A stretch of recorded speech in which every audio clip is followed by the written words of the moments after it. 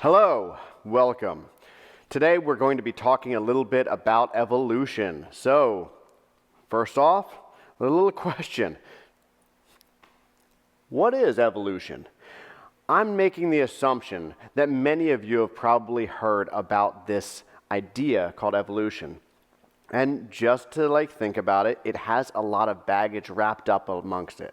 Some look at evolution as being a really controversial idea. But when it really gets unpacked, it's actually not nearly as controversial as many people make it out to be. So, we're going to look at what evolution really is. First off, evolution has nothing to do with where life on this planet or in this universe came from.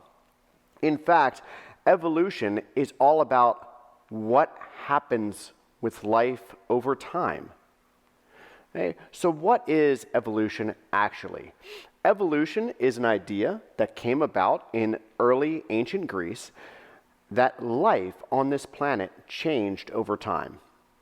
The competing idea at the time was called the immutability of species, which means, no, life is fixed. It can never change. Life that exists today is exactly the same as it's always been, and that is it. And for a long time, people believed in this idea of the immutability of species. And one of the reasons that they believed in it is because anytime someone would try to say, well, life changes, they would respond and say, why? Why would life change? What would cause life on this planet to actually change? And no one knew. No one could come up with an answer. So that meant that we just were stuck. And that is where we were at for a long time until a guy by the name of Charles Darwin came along. And what Charles Darwin did is he didn't come up with the theory of evolution. That's not his contribution. Charles Darwin came up with the mechanism, or why life on this planet changes. But before we go on, I think it's important to understand a little bit about the man himself. And first, I think this is a really good quote. A fair result can be obtained only by fully stating and balancing the facts and arguments on both sides of each question. That is really, really wise advice. Many of us are going to have to make decisions throughout our lives, and some of them are more serious than others. But every single decision that you make, you should weigh both sides of the argument and determine fairly which course is the proper course. What should you really do? Charles Darwin actually used this in his own life. That's how he ended up getting married. He put a T-chart, and he put on one side pros to getting married, and on the other side cons to getting married. And the pros won. So that's why he actually got married. So he used this in his own life, and I would say for us, it's not a bad way to go about. But I digress. So Charles Darwin, I call him Chuck D. So he is not Chuck D the rapper, but he is still the OG Chuck D. His early life, he was born in England into a very wealthy family. His mother unfortunately passed away when he was a young child, so he was mostly raised by his sisters. His father looked upon him disapprovingly because Darwin, well, young Chuck D didn't seem like he had a whole lot of direction in life. And so his father looked at him as this sort of wayward son that would never live up to the expectations and hopes and dreams that he had. And Chuck D, well, he was always intimidated by his father. He didn't call his father father. He didn't call him dad. He always referred to his father as Dr. Darwin. So Chuck D called his dad Dr. Darwin throughout his entire life, and he lived in fear because he never thought he would live up to the expectations that his dad had for him. So as Chuck D grew up into his 20s, he didn't have any direction in his life at all. His dad obviously wanted him to become a doctor. He wanted him to become a physician just like he was. But Chuck D, well, he got squeamish with blood. So he dropped out of med school and was going to go into the clergy. It was the only course of action that he saw for himself. He didn't see any other options available. As fate would have it, there was an option available, and it was for him to become the companion to the captain on the HMS Beagle for a voyage around the world. And Chuck D really wanted to go on that voyage. So he tried to ask Dr. Darwin if he could go. And Dr. Darwin was very reluctant. It took some convincing, but was okay with his son going on this voyage. It was on this voyage that really defines Chuck D's life. So he was 22 when they set sail from England, and it was December 27th.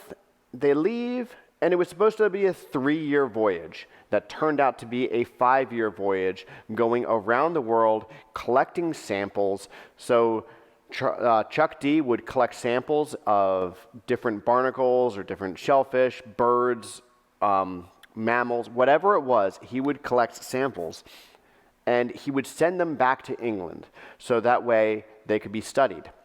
He also wrote copious notes. So he had this huge journal, which was actually he sent back as letters, and it got him a little bit of fame back in England, and he didn't even know he was getting famous. All because he was writing really good notes and he was sending back really good samples.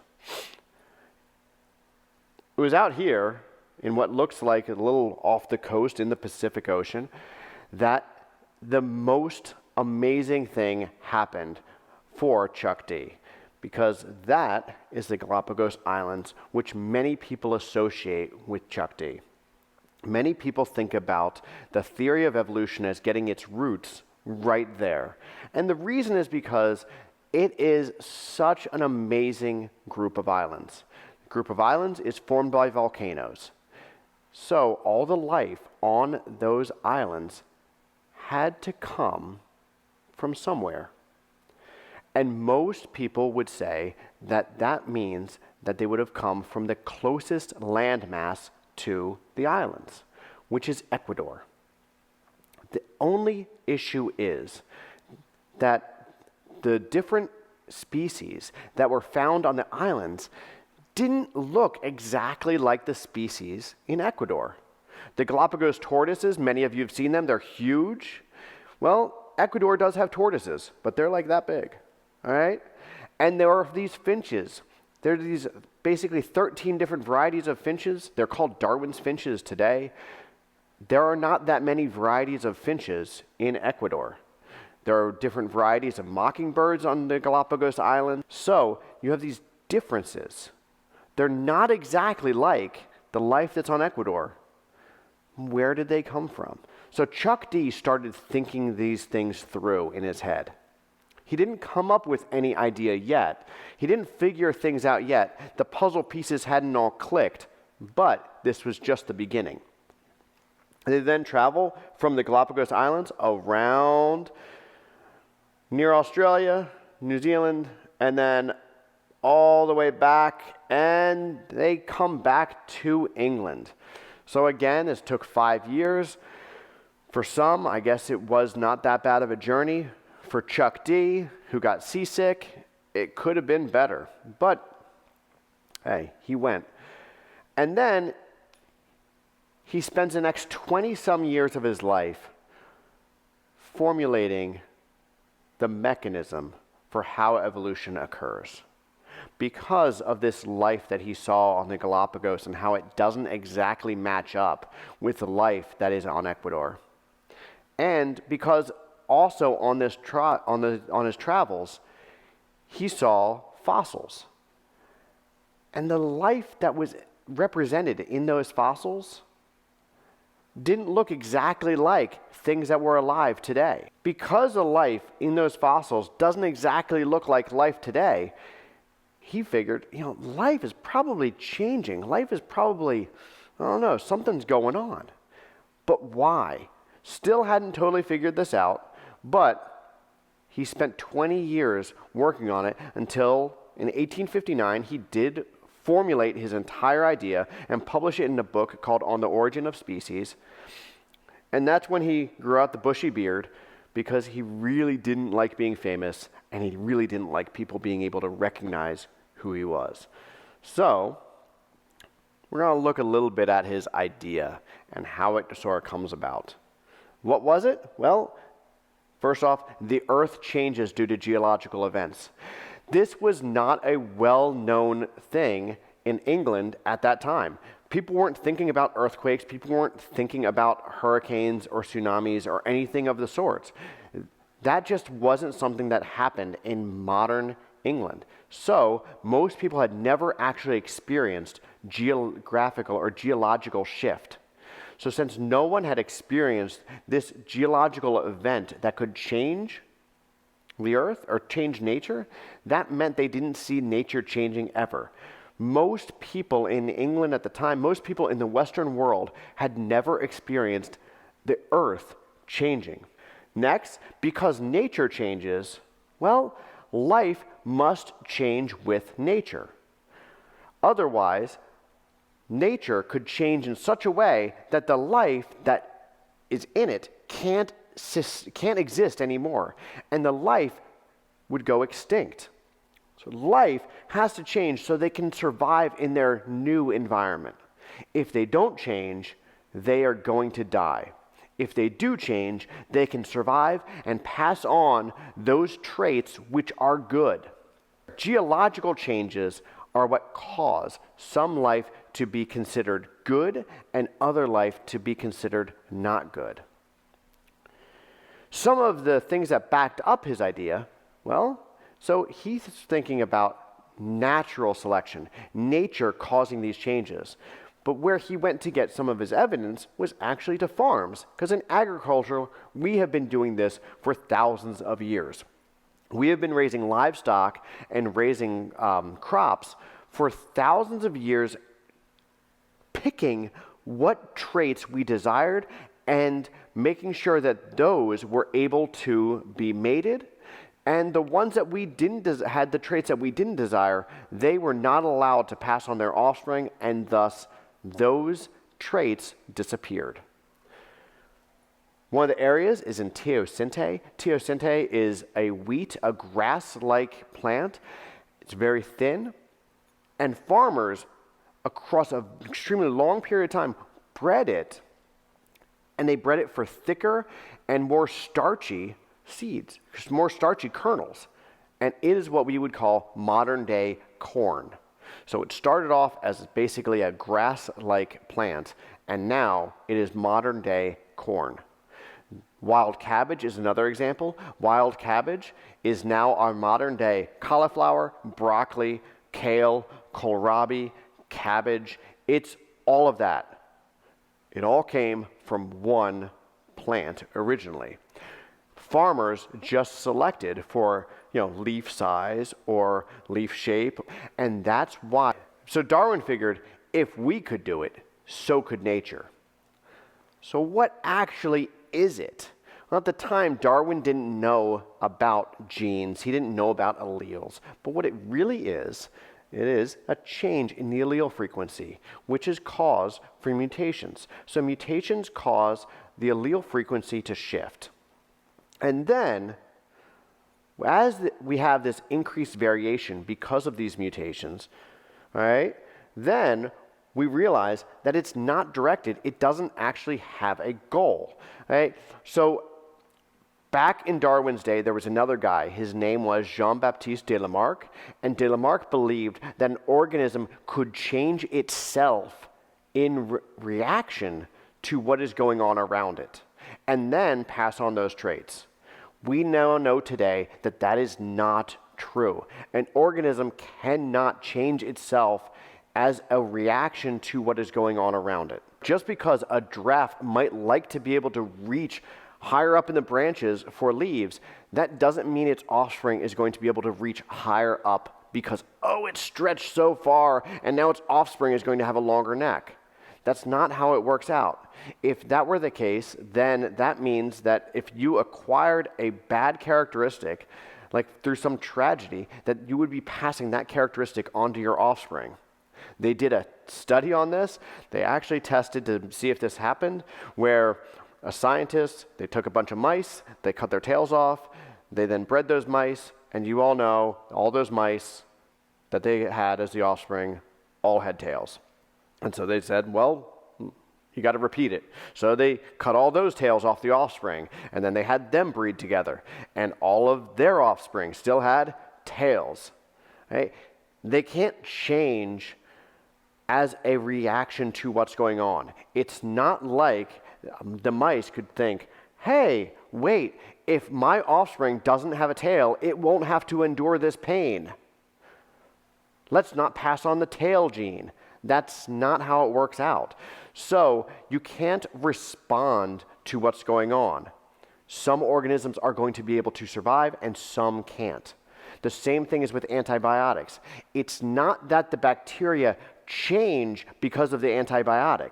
It's that some bacteria happen to have the mutation which allows them to survive, and they are able to then continue on passing on that trait of survival. If none of the bacteria had that gene for survival, they would all die.